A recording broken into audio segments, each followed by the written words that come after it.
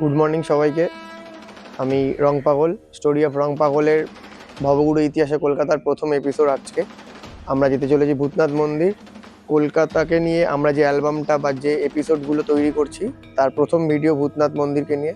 তো এখন ঘড়ির কাঁটায় বাজে, মানে ফোন ঘড়ির কাঁটায় বাজে 4:40। আমরা ভূতনাথের পথে রওনা দেব।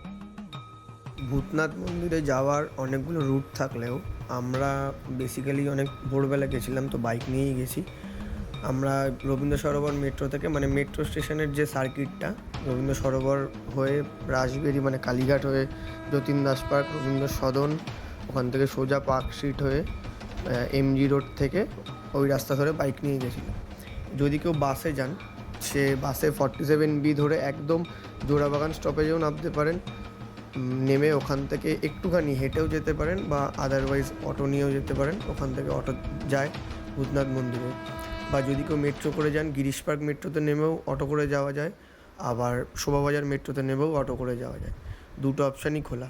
যদি কেউ মানে এতে ওই পার থেকে লঞ্চে বা এতে আসেন, তাহলে শোভাবাজার ফেরিঘাটে নামলে ওখান থেকে মানে 5 মিনিটেরও হাঁটা না, আরও কম টাইমের হাঁটা ভূতনাথ মন্দির। তো সব কিছু থেকেই, মানে সব কিছু ভেহিকেলেই অ্যাভেলেবেল ভূতনাথ মন্দিরটা উত্তর কলকাতার। বাস, ট্রেন সব কিছুতেই যাওয়া যায়।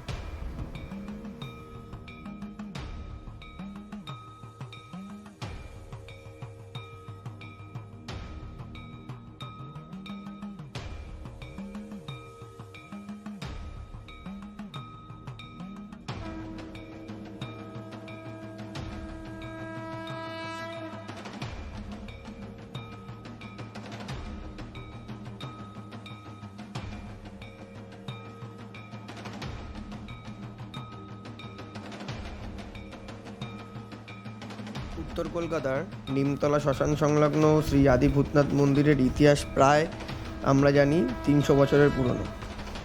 এই মন্দিরটি মানে অনেক অলৌকিক ইতিহাস বা অলৌকিক বিশ্বাস, আধ্যাত্মিক ঐতিহ্য নিয়ে দাঁড়িয়ে আছে কলকাতার বুকে। মন্দিরটা প্রতিষ্ঠা সম্পর্কে নানা লোককথা বা প্রচলিত আছে, মানে অনেকে অনেক কিছু তাদের মতামত দেন প্রতিষ্ঠা সম্পর্কে। তবে মনে করা হয় যে বারাণসী থেকে একজন অঘরী সাধু প্রথম এই মন্দিরে শিবলিঙ্গটি প্রতিষ্ঠা করেন। এই গঙ্গার তীরে, মানে হুগলি নদীর তীরে বসে একটি বট গাছের নিচেই শিবলিঙ্গটি প্রতিষ্ঠা করেন। প্রথম দিকে এই মন্দিরের প্রতিষ্ঠা ও দায়িত্ব, মন্দিরের রক্ষণাবেক্ষণের দায়িত্ব পালন করতেন মল্লিক পরিবার। কিন্তু তারপরে 1934 সাল থেকে মন্দিরটি হিন্দু সৎকার সমিতি তত্ত্বাবধানে পরিচালিত হয়, তারাই দেখাশোনা করে। এই মন্দিরের বিশেষ কিছু রীতি ও বৈশিষ্ট্য আছে, যার জন্য এটি কলকাতা বা ভারতবর্ষের অন্যান্য মন্দিরের থেকে, তাদের রীতিনীতির থেকে একটু অলৌকিক। সেটি হলো এই মন্দিরের বিশেষ রীতি ভস্য আরতি, বা চিতার ছাই দিয়ে মহাদেব বাবা ভূতনাথকে আরতি করা হয় সকালবেলা। তো মন্দির খোলার টাইম হচ্ছে ভোর 5টায়, ভোর 5টার সময় মন্দির খোলে।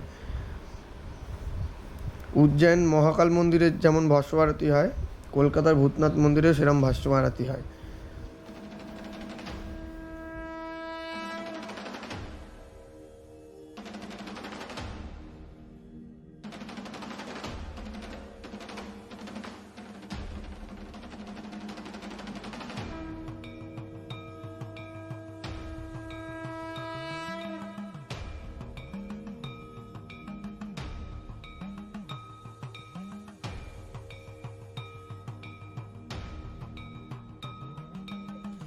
মন্দিরের ঠিক পাশেই, মানে ভূতনাথ মন্দির কুমারটুলির দিক থেকে আসলে ভূতনাথ মন্দিরের পরে, আর এই দিক থেকে মেট্রো সার্কিটে গেলে জোড়াবাগান থানা থেকে ঢোকার সময় ভূতনাথ মন্দিরের আগে পড়ে দুর্গেশ্বর মহাদেব মন্দির। একদম পুরনো ইতিহাসের জরাজীর্ণ ঐতিহ্য নিয়ে দাঁড়িয়ে আছে মন্দিরটি। আর উপর থেকে বটগাছের শিকড় ভোলে বাবার বা মহাদেবের জটার মতো মন্দিরটিকে ঘিরে রেখেছে। এই দুর্গেশ্বর মহাদেবকে অনেকে মোটা মহাদেব বলে থাকেন, প্রচলিত নাম অনুসারে তাকে মোটা মহাদেব বলা হয়। এমনকি এমনও শোনা যায় যে মহাদেব ওখান থেকে মানে পালিয়ে বেড়ান আর কি। তো পালিয়ে গেছিলো বলেই সেই মহাদেবকে ওখানে চেন দিয়ে রাখা হয়, মানে প্রচলিত কথা অনুসারে মানুষের। তো এইটি হচ্ছে সেই দুর্গেশ্বর মন্দির।